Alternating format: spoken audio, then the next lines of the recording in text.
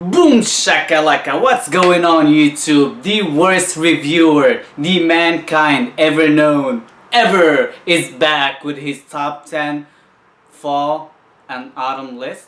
I finally decided to do a good video after a series of really bad ones. I was trying to follow George Clooney's footsteps, one movie for me and then one for you. But I end up following James Franco for some reason. 10 for me and then 1 for you. I just can't help it, guys. I know, I suck. With that being said, let's just move on to something useful, which is my top 10 fall and autumn list. On my number 10 list, I chose a very popular fragrance. A lot of people prefer the flankers over the original, but for me, I still love the original. And I chose it on my top 10 list. Why?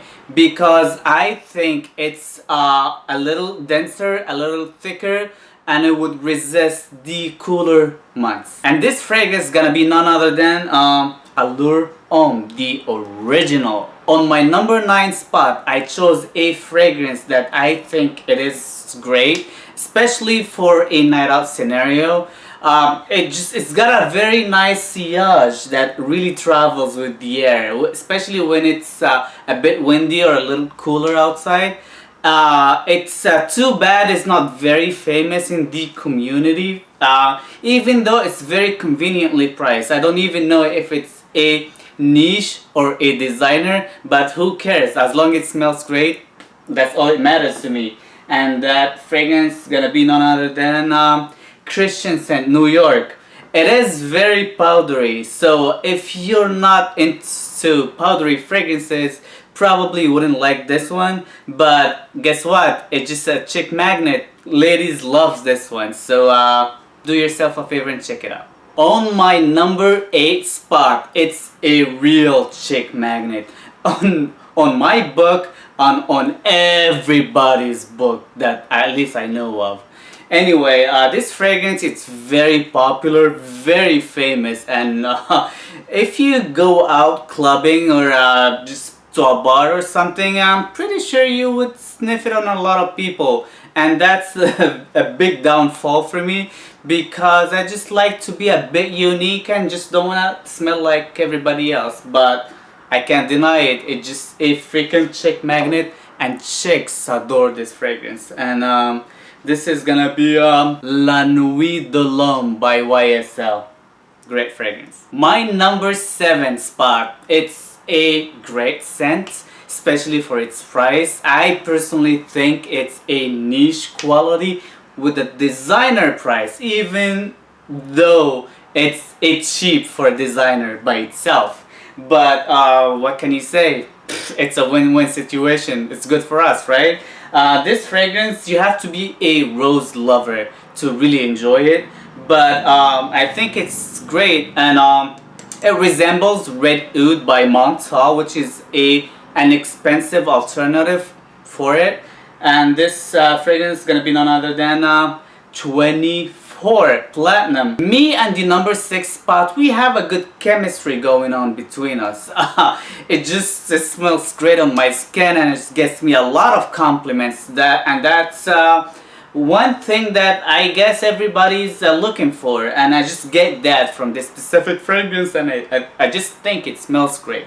It's very gourmands, and it's one of my favorite gourmands that I personally have in my collection. It's reasonably priced. I think it's a niche, but on the cheaper side of the niche.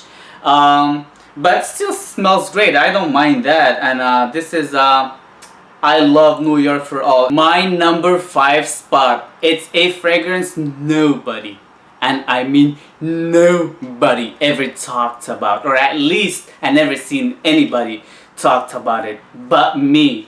And I'm the only reviewer who actually reviewed it, so I'm just gonna put a link down below to my previous review like a few months back.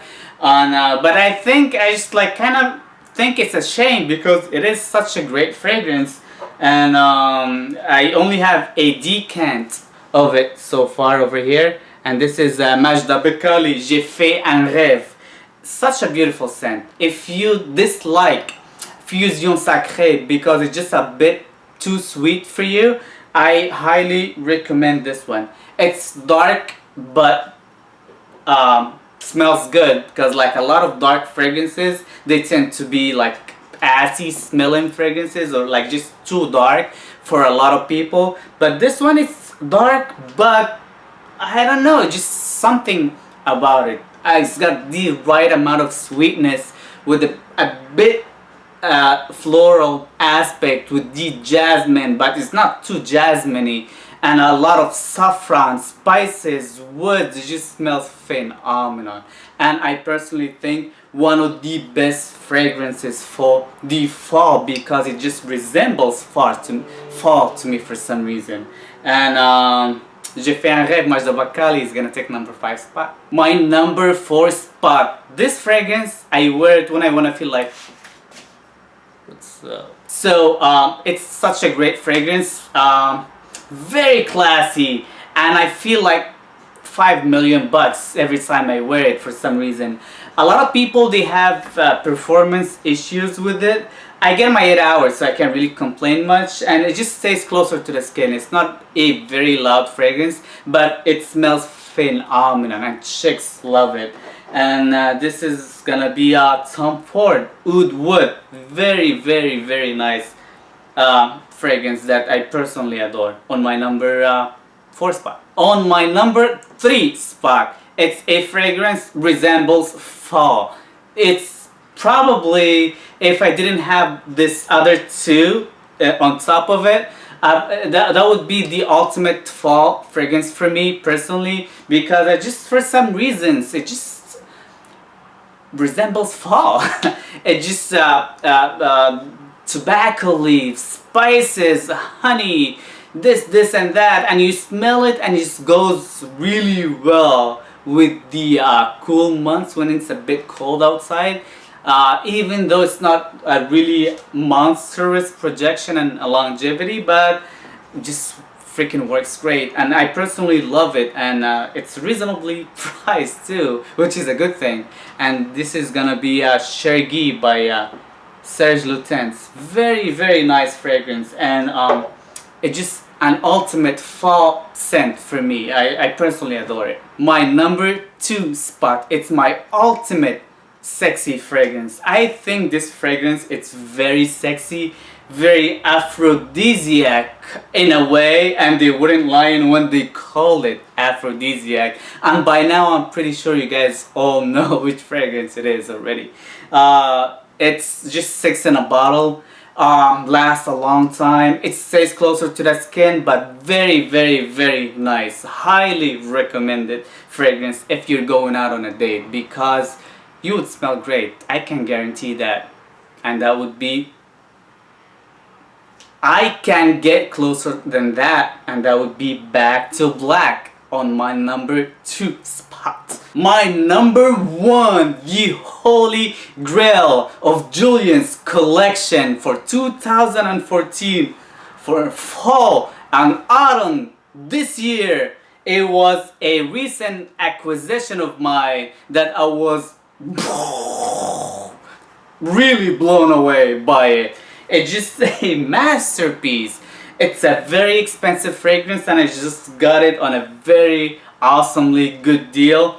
But I was just blown away, guys. It's just very nice oudy scent. So if you're not a fan of oud, I highly recommend you trying this one. It's still dark, so don't get me wrong, but it's got too many aspects would cover this darkness in a magnificent, angelic way. And this fragrance is gonna be none other than the majestic Farce by Xerjoff. Let's just focus here, guys. Let's just focus here.